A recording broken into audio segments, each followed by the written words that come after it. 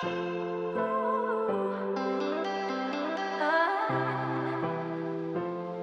bomb. Back bomb.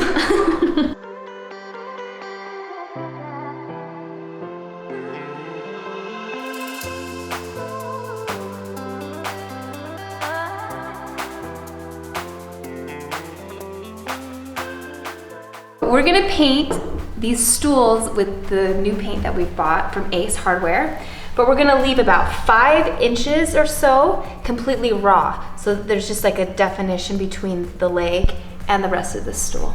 5 from the bottom.